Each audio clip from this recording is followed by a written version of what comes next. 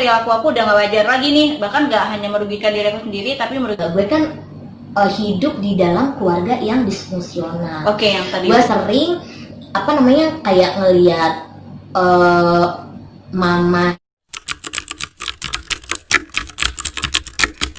Hai, ketemu lagi dengan Ibu Guru Ipi. Jadi aku mengalami salah satu dari 10 jenis mental illness tadi, yaitu adalah Keanehan-keanehan itu terjadi ketika kita sedang menempuh kuliah S1. Gejala-gejala itu muncul, gejala-gejala itu muncul dan teman terdekat gue waktu gue ke psikolog. Itu kan kata orang coba deh gitu, terus mikir apa iya ya, coba aja, ya udah deh nggak apa-apa, coba aja, apa salahnya apa salahnya. Ternyata ketika konsul lah, bener dong ada gangguan. Coba jadi bagi kamu teman-teman semuanya, nggak usah malu-malu gitu ya kalau emang kamu merasa wow, perilaku aku udah gak wajar lagi nih, bahkan gak hanya merugikan diri aku sendiri tapi merugikan lingkungan orang lain. Jadi gak ada salahnya kamu coba ke psikiater gitu. Nah, sekarang kita ngomongin masalah biaya. Kan banyak nih orang yang di luar sana yang nggak hanya karena dibilang orang yang ke psikiater itu adalah orang yang aneh kayak gitu ya, tapi juga ada orang yang nggak mau ke psikiater karena bentrok sama biaya. Karena kan wow, psikiater gitu loh, itu bukan dokter yang biasa, bukan dokter yang kayak dokter umum, bukan dokter penyakit tertentu, tapi psikiater itu kan yang ada di benak orang awam tuh mahal. Bisa ceritain ya biaya awal lu konsul gitu, atau ya pokoknya cerita aja. Ya, jadi kalau misalnya untuk biaya dari konsultasi psikolog atau psikiaternya, itu pada dasarnya tergantung dari kebijakan rumah sakitnya. Nah, kebetulan gue itu memilih rumah sakit rumah sakit negeri yang emang harganya tuh cukup murah gitu, pas di kantong. Karena kebetulan untuk biaya rumah sakit sendiri gue pakai biaya sendiri gitu. Jadi gue sebagai pasien umum, bukan pasien yang asuransi. Bukan pasien asuransi itu ya, masuk BPJS.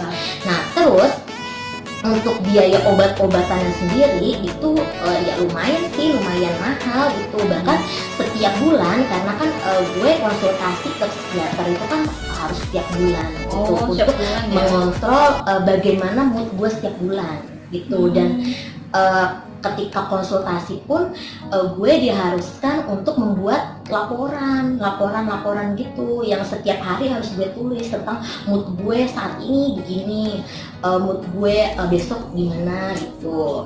Karena kan moodnya yang selalu berubah-ubah.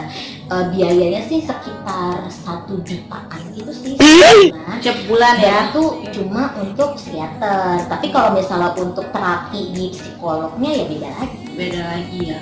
Tergantung dari kebijakan rumah sakit pada dasarnya. Oke, coba sekitar segitu lah. Kita kurang lebih kalau untuk konsul awal mungkin agak murah ya, maksudnya masih murah lah gitu, masih ramah di kantong. Tapi kalau udah konsul berjalannya itu 1 bulan kurang lebih 1 jutaan. 1 juta, dan itu tergantung dari berapa obat yang dikasih dan dosisnya. Banyak nggak obatnya?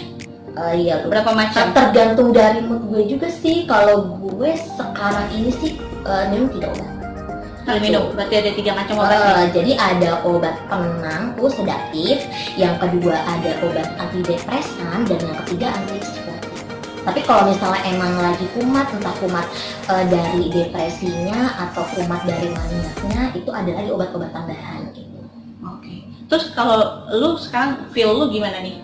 Lu udah setelah beberapa kali konsul ke psikiater, feel lu gimana nih? Maksudnya ada perubahan ke arah yang lebih baik kayak gitu? Nah, kalau misalnya semenjak Januari sampai dengan sekarang itu ada perubahan yang sangat terasa, yang gue rasain kalau dari perasaan dan perilaku gue gitu.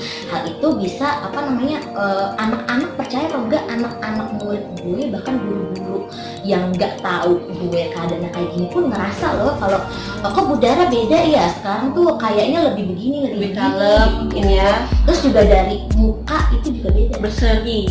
Ya aku juga ngerasa sih, dia kalau dulu itu kan saya bukan nggak berseri sih, mungkin ya itu ya karena ada depresan tadi. Tapi kalau semakin kesini, terutama setelah dia konsul ke psikiater, wajahnya itu lebih berseri kayak gitu ya. Iya kak, jadi apa namanya kan ada obat antidepresan dan obat penenang juga tuh. Jadi obat penenang itu bisa meningkatkan kualitas tidur. Jadi lebih segar, hormon-hormon tubuh juga berjalan lebih baik gitu. Terus ini apa sih diagnosis dokter tentang mental illness itu tadi? Nah jadi apa namanya dokter itu awalnya mendiagnosis gue ada gejala OCD, Obsessive Compulsive Disorder. Karena ketika dalam pemeriksaan awal itu gue tuh ada obsesi yang apa ya aneh gitu bagi dokternya. Bahkan dokter Hance tuh sampai ngomong, ih kamu aneh banget sih, masa orang disuruh begini ya nggak bisa lah katanya gitu. Itu dokter yang ngomong. Terus juga apa namanya pas konsultasi beberapa bulan kemudian muncul yang namanya gejala depresi. Itu jadi itu lewat tulisan yang lu tulis setiap hari tadi ya katanya? Itu belum. Jadi apa namanya ada depresinya gitu. Jadi ada waktu ketika gue itu benar-benar nggak mau berhubungan sama siapapun, nggak mau jadi ketemu sama orang, nggak mau makan, terus nggak mau segala-galanya. Kerjaannya tuh merenung, nangis, terus ada self harmnya juga, gitu, menyakiti diri sendiri gitu. Terus yang tadi gue bilang tuh tadi, jadi ada apa gue bunuh aja kali tuh orang gitu. Ada loh pikiran kayak gitu itu kalau pas lagi depresi gitu. Jadi ketika depresi itu, jadi ketika ada trigger terus kita merasa kalau ini tuh menyakitkan hati gue gitu. Buat apa gue hidup, dan buat apa orang itu hidup kalau untuk nyakitin hati gue. Gitu. Itu yang nyebabin depresi lu benar-benar. Terus apa namanya gue disuruh nulis kayak apa sih namanya mood gue setiap hari. Jadi dokternya bilang sampai sekarang masih melakukan apa namanya nulis laporan itu dan harus dikonsultasiin setiap bulan gitu.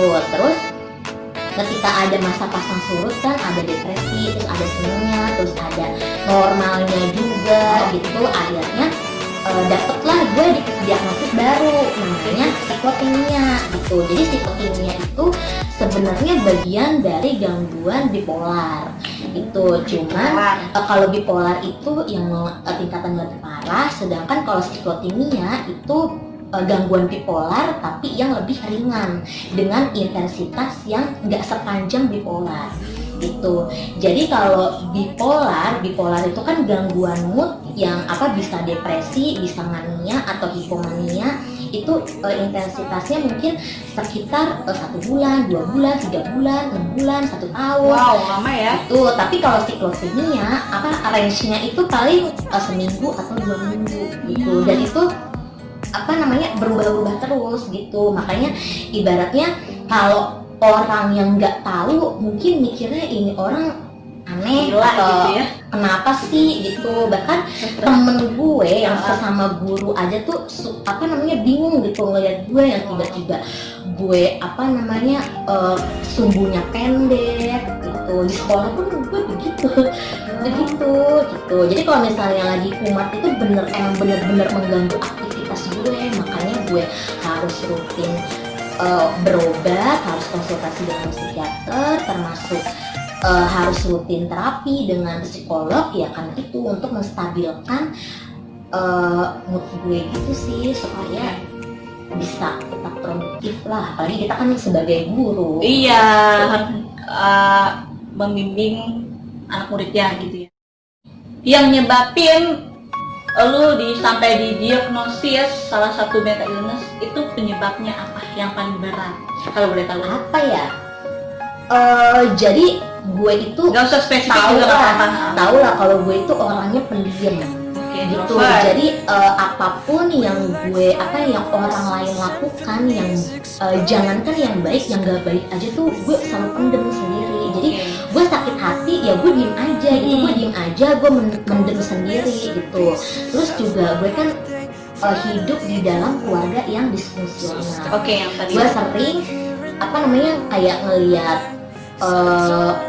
mama yang disiram air panas lah, Oke. atau ada tindakan KDRT lah, terus juga ada perilaku kasar yang gak sengaja dilontarkan sama orang tua gue waktu pas gue masih kecil Oke, gitu, alright. sampai pada akhirnya apa ya, mungkin itu dipendam sejak lama dan sampai pada akhirnya ketika dewasa ya gue jadi kayak gini gitu. Membentuk pola perilaku lu gitu Ya, ya. dan dulu juga sebenarnya waktu pas zaman SMP mungkin tuh emang ada gejala-gejala ke arah sana gitu, emang udah ada gejala-gejala ke arah sana, cuman karena orang tua itu masih awam Iya. gitu, jadinya ya nggak terlihat Ya dibiarin gitu ya. dibiarin aja. Sampai Jadi berkembang. sebenarnya kalau misalnya mental illness itu bisa terdeteksi sejak dini, itu pengobatan nggak sulit. Oh gitu. Itu pengobatannya nggak sulit sebetulnya kalau misalnya terdeteksi sejak dini. Dulu tuh percaya apa enggak, gue itu badannya tuh gemuk loh, Oh iya. tapi ketika ketika ada kejadian-kejadian itu yang benar-benar bikin gue ngedown, sampai pada akhirnya gue sakit sampai dibilang kayak orang yang mau mati karena bener-bener kayak rakyat hidup gitu. Terus gue jadi yang tadinya orangnya periang jadi orangnya pendiam. Jadi tuh sebenarnya ada perubahan perilaku dari kita aja tuh sebenarnya harus udah dicurigai ini anak kenapa gitu. Dan itu Jadi tadi anaknya periang Oke. sampai dengan terus tiba-tiba jadi pemurung, mengurung diri itu sebenarnya harus dicurigai sih, harus dipantau anak. Kan ada juga psikolog anak. Oh ada juga. Ada psikolog anak. Oh tuh. Nah jadi teman-teman ini pelajaran buat kita semua. Nggak kayak yang seperti udah aku jelasin tadi bahwa di luar negeri aja udah banyak loh orang tua yang membawa anak mereka ke psikiater. Jadi jangan, kita sebagai orang tua itu jangan terlalu masa bodoh gitu ya dengan anak kita. Kalau misalnya anak kita tiba-tiba kayak yang tadinya sifatnya periang kemudian jadi murung, jangan anggap itu itu mungkin ya biasalah anak kecil kayak gitu. Jadi kita jangan terlalu nggak peduli, tapi kita harus lebih aware terhadap perkembangan. Sebenarnya kan masa lalu seorang itu kan beda-beda gitu ya. Nggak semua masa lalu orang itu selalu baik. Pasti ada suatu kejadian, suatu eksiden yang membuat orang itu trauma, sehingga akhirnya membentuk suatu pola perilaku ketika dia sudah dewasa. Tapi sayangnya banyak banget lingkungan dia itu yang orang awam isinya itu nggak mendukung terhadap mental dia kayak gitu, sehingga akhirnya dia ya makin menjadi gitu kan. Bahkan juga ada teman aku yang dia pernah curhat, dia dulu itu orangnya waktu kecil dia orangnya periang kayak extrovert gitu. Nah terus suatu ketika dia ngobrol, Bully. siapa? Bully.